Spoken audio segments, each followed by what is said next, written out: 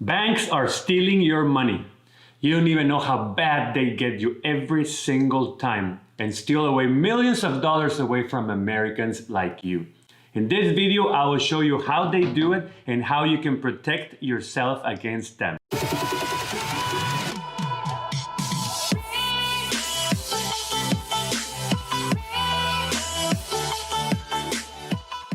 Hi there, my name is Jaime Checaiban. Welcome to your channel, The Foreigner in America.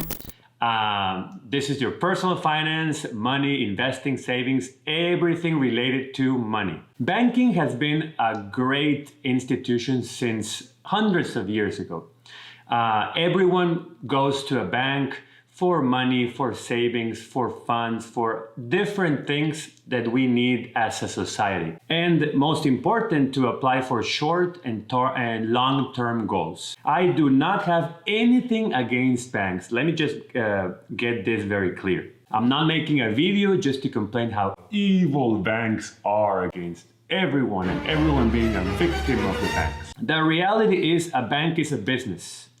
And just for you to realize how big of a business they are, I'm going to show you the 4 main banks in America and their profits just for the third quarter of 2020, according to their quarterly earnings. JP Morgan Chase, 9.4 billion. Bank of America, 4.3 billion. Citibank, 3.2 billion.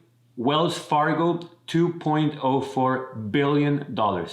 So these companies, their market cap are hundreds of billions of dollars, and they are publicly trading at the New York Stock Exchange. So how do banks make their money?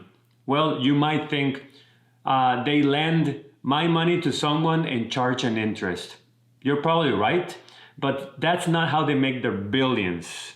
They day trade as well, but they use you to charge you fees, commissions, and take away your money by tricks and shady traps that I will show you in this video. And stay till the end, because at the very end, I'm gonna show you the one that you didn't think was stealing your money. The best for the last. So number 1, reordering your transactions. And you might say, Jaime, that's stupid. How can a bank make money reordering my transactions? Well, a lot of accounts have commissions.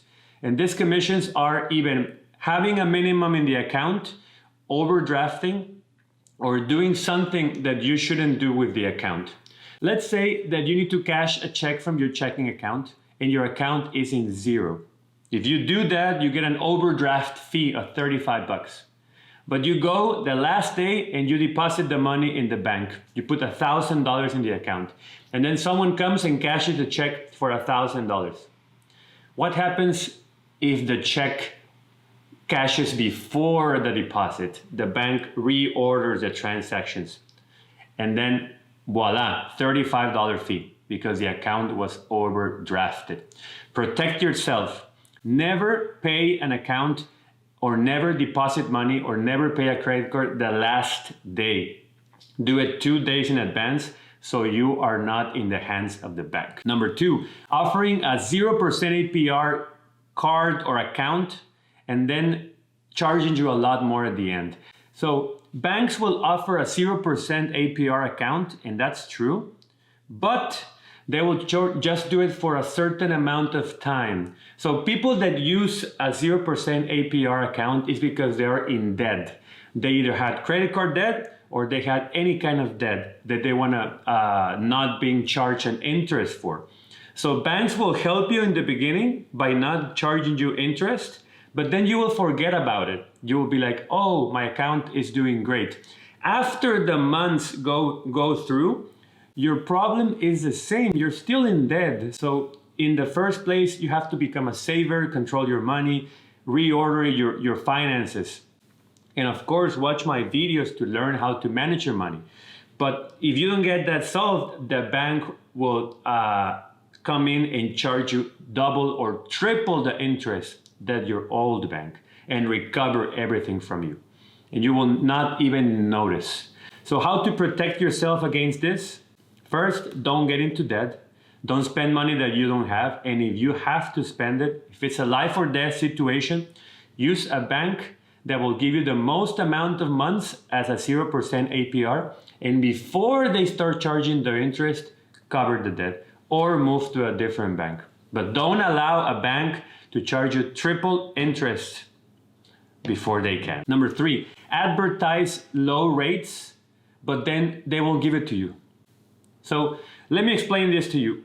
Banks will put nice ads out there, free money, or open an account and I'll give you $100, or 0% interest, or all this good stuff. Remember, this is done by a marketing guy.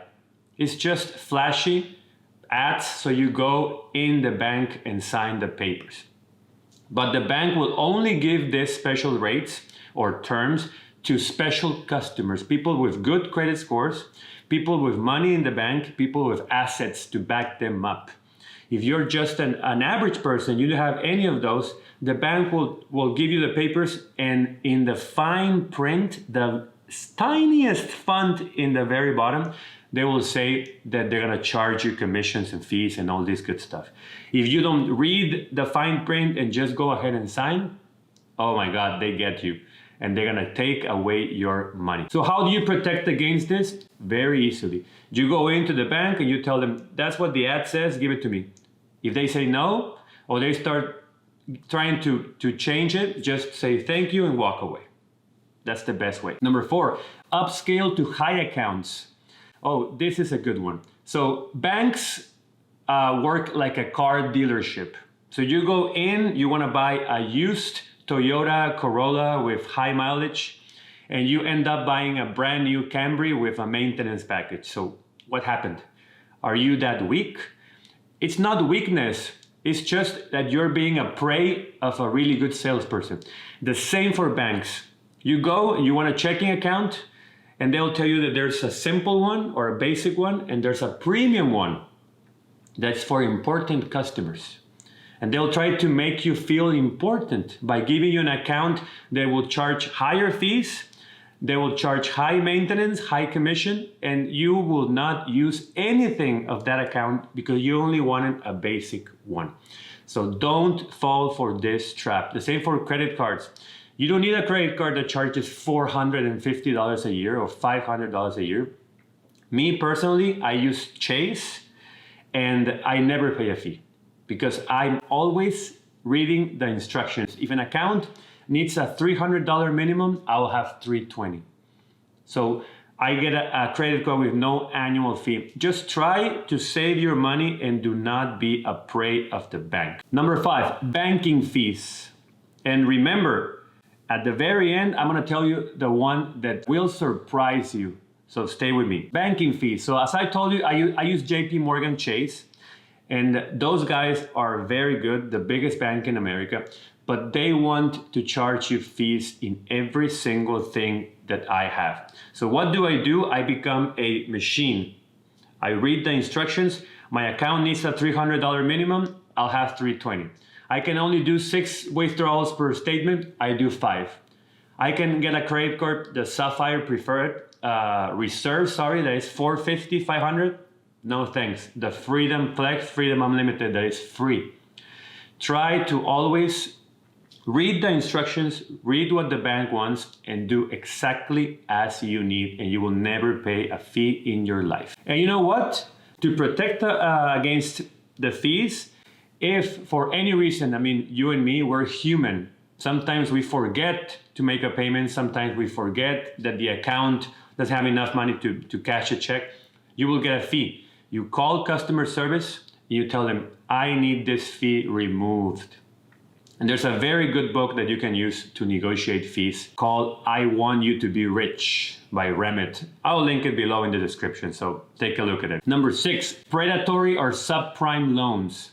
So this is very sad because banks are lending money to people that cannot pay it back. So that happened in 2008 in the housing crisis, and that's why everything went plummeting down. Right now, they're lending money to students. That's why the student loans are in the trillions of dollars. So what is the probability that a student will not be able to pay back their loans? Very, very high. But that's how they make their money. If you follow my advice, you pay everything on time, you pay back your credit cards, and you become a saver, you will be completely protected against this. So don't fall for a predatory loan. If you cannot pay for something in cash, if you don't have the money, do not ask money to get into debt. Just in a life or death situation, otherwise get away from banks for personal loans. Now, the best for the last. The best way that banks steal from you, and you don't even know, is by the credit score. The credit score is the most outrageous thing that has ever been invented in America. Maybe if you were born and raised in America, you will not notice it because you grew up with it.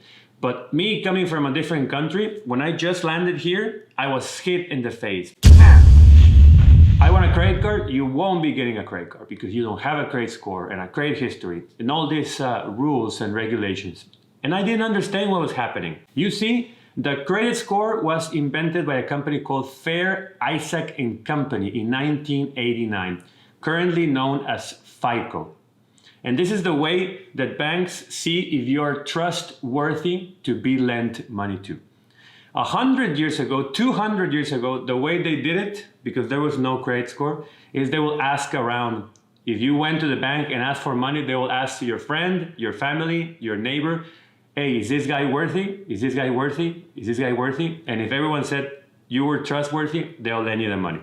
I know this is not a good system, and thanks God we have a better system right now because this works in a very small village, but not in a 350 million people country. So what I hate is that they are forcing Americans to get credit that they don't need. So banks make their money based on probability. The probability that you fail to pay back. That's how they make their money. So if you're a person that you're very responsible with your money, you pay everything in cash, you don't have a credit card, you do not need the bank for any kind of loan, you pay your house in cash, your car in cash, education in cash, everything is in cash, zero debt, you will be punished with a very low credit score automatically because you're not following their rules. And you might say, I don't need a credit score. Well, you need a credit score because when you get electricity for your place, you will be charged a deposit. If you get water, internet, cable, any kind of service, they'll check your credit score. If it's low, they'll charge you a deposit. Some places like apartments, if you want to rent a place, you need a certain credit score or higher to be able to afford getting a place. Doesn't matter how much money you make. You can make 7 figures and still not be able to rent a place because of your credit score. So the banks will force you to get a credit card, and then guess what? You cannot use more than 9% of the credit limit. So why is this? Because they want you to get another credit card, and another credit card, and another credit card. And then if you only have credit cards, that's not enough.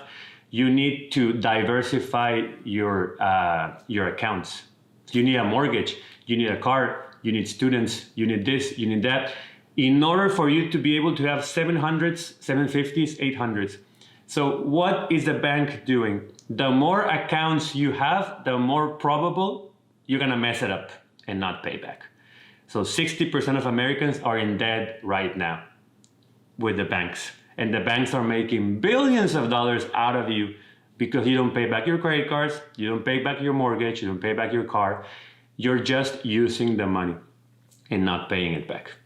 But if you did not force Americans to get a credit card in the first place since they're 18, they will not be as bad as they are right now. So the credit score is the system that banks use to actually get very rich. How do you avoid this? How do you protect yourself against this? I will never tell you not to get a credit card because you need to build your credit score. What I will do, what I do, is just get one credit card with no annual fee, basic one, use it, pay it back. Use it, pay it back. And then start building your credit. But never default on a payment. And follow the rules. I have another video that is very good on how to manage and build your credit score, which I will link it below in the description. And then I also have another video, which I will also link it, that how I acquired a $7,500 credit card just a week after I landed in America with no credit history. And now let me give you the foreigner insight for this video. So when you come from a different country, you are not related to the credit score. So foreigners should be the best at managing their credit. But I'm very sad to see a lot of people from other countries that they're even worse than Americans to manage their credit and their money. So please, if you are here as a foreigner, you need a credit card. You need to build a credit score the same way as locals, but do it responsibly. Get a card with no annual fee. Do not go for the $500 annual fee cards. Pay back on time. Careful with the loans. Careful with the fine print. Do not be a target of banks. And banks are as bad as they are in America in every part of the world. Don't get me wrong. The credit score is different, but the bank is a bank. And they're one of the richest companies in every single country. So be careful and use your techniques and what I'm teaching you here in your favor. So if you like this video, please give me a like, subscribe to my channel and hit the notification bell so you don't miss any one of my weekly videos. Leave your comments below and I'll see you next time.